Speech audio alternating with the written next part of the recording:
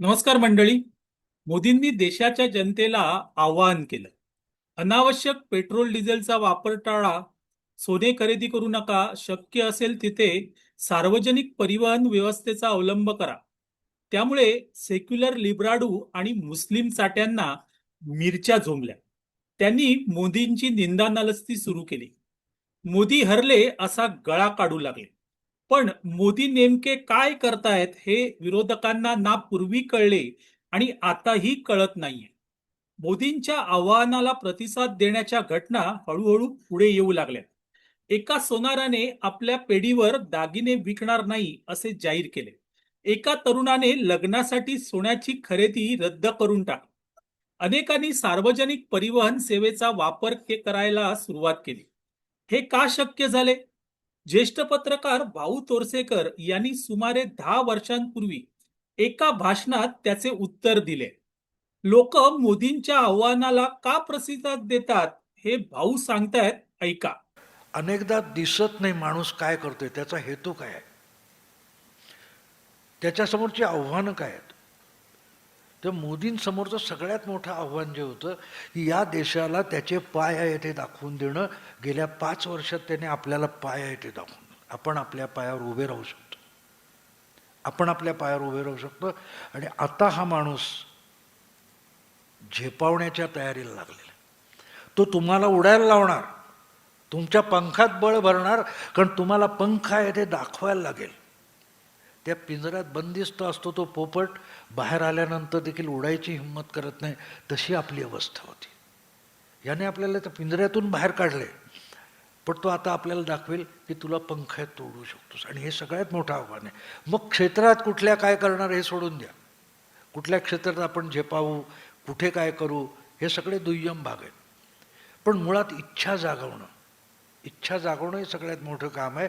आणि हा माणूस प्रत्येक ठिकाणी तुमची इच्छा जागवतोय, तुम्हाला दाखवतोय की हे तुम्ही करू शकता, बारीक बारीक गोष्टीतून करू शकता, ही हिंमत निर्माण करतो. आणि त्याला फार महत्त्व आहे.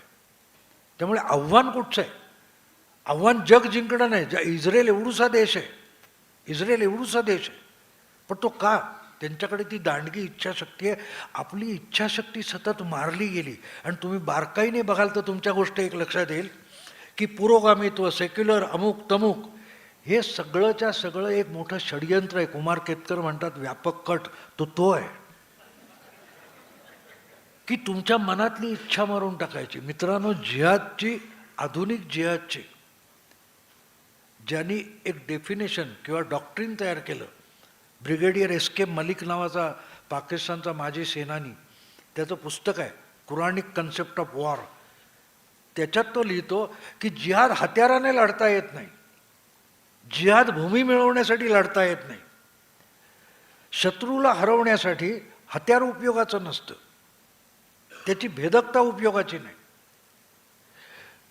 तुमची जिंकण्याची इच्छा आणि श्रद्धा हे सगळ्यात मोठं हत्यार असतं. जिहाद लढवला जातो तो तुमच्या धार्मिक श्रद्धा बळकट करण्यावर, आणि त्याच वेळेला शत्रूच्या धार्मिक श्रद्धा आणि इच्छाशक्ती मारून टाकण्यावर युद्ध जिंकता येतं. हे एस के मलिक म्हणतो. आणि नेपोलियनसारखा मोठा जगात गाजलेला ऐतिहासिक पुरुष, त्यांनी रणांगणाचं वर्णन, तो रणांगण हे क्युआटिक असतं, अराजक असतं. त्यामध्ये आपल्या सैनिकांना जो मुठीत ठेवू शकतो, अणु शत्रू सैन्याला पादाक्रांत करू शकतो, तो विजेता असतो. ह्या गोष्टी बारकाईने समजून घेतल्या तर मोदी समजेल तुम्हाला. आणि मोदी समजला तर आव्हानं कुठलीही असोत, ती पादाक्रांत करणं अवघड नसतं. कारण मोदी, मी अनेक त्याची काल परवा तिथे मिररमध्ये पण त्यांना ते सांगितलं, मोदी समजून घ्यायचं असेल तर रेगन समजून घ्या. रेगनचा एक किस्सा सांगून मी थांबेन. रेगन जेव्हा प्रायमरीज तिथल्या अध्यक्षीय निवडणुकीच्या प्राथमिक लढतीमध्ये होते, तेव्हा तिथे एक मोठं एक प्रकरण असतं की मोठमोठ्या विद्यापीठांचे प्राध्यापक जमतात आणि ते त्याच्यावर प्रश्नांचा भडीमार करतात. ते एका मोठ्या प्राध्यापकाने त्यांना विचारलं होतं, what is your Soviet policy? तर रेगन काऊबॉय होता, फार बुद्धिमान वगैरे होता अशातला भाग नाही. तो फटकन म्हणाला, it's very simple, they have to lose, I have to win. तर तो बघतच बसले ते सगळे. This is not policy, this is slogan. म्हणून no no, this is policy. तर ते परत बघत राहिले. तो असं कसं होईल म्हणे. तो म्हणे पॉलिसी 100 प्रकारची असू शकते. तो म्हणाला मग ती कोण ठरवणार. दॅट इज युअर हेडेक म्हणाला तो. I will be a decision maker, not a policy maker. तुम्ही पॉलिसी ठरवा, तुम्ही 10-15 पर्याय आणा, त्यातला एक निवडायसाठी मी अध्यक्ष होणार. मी पॉलिसी काय प्राध्यापक व्हायचं का मला होणार. काय बारकावा असतो लक्षात घ्या. जेव्हा मोदी समजून घ्यायचा तर आपल्याला रेगन समजून घ्यायला लागतो. आणि मोदी समजून घेतला तर तुमच्या लक्षात येईल आव्हानं कुठची असोत, कुठची असोत. पहिली गोष्ट म्हणजे असलेल्या व्यवस्थेमधले हितसंबंध मोडून काढणं. हे मोदींसमोरचं पहिलं आव्हान होतं.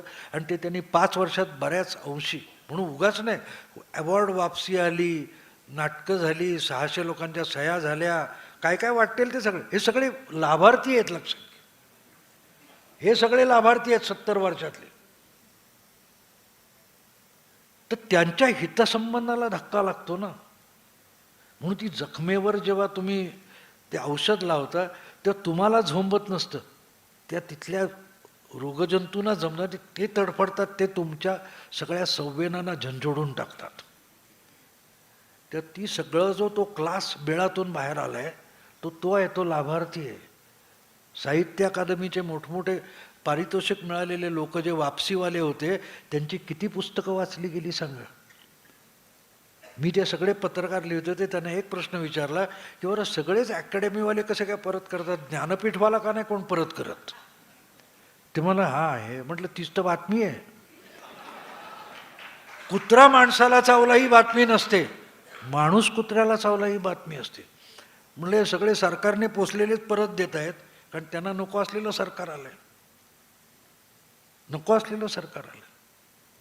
तेव्हा हा सगळा जो भाग आहे हा जर समजून घेतलं तर आव्हानं कुठचीही होत, आव्हानं पेलून आपण पुढे जातो.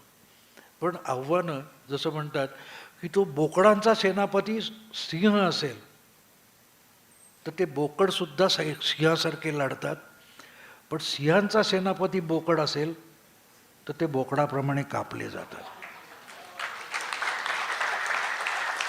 किंवा हा तुमच्यातला सिंह जागवतोय. आणि त्यामुळे आव्हानं छोटी असतात, आव्हानं मोठी नसतात, इच्छा मोठी असते. ती आव्हानं पेलण्याची ताकद तुमच्यामध्ये निर्माण करणं हे मोदींसमोरचं सगळ्यात मोठं आव्हान होतं. आणि त्यांनी ते पेललेलं आहे. नाही तर हा माणूस इतक्या मतांनी परत निवडून आला नसता. या देशातल्या बहुसंख्य लोकांनी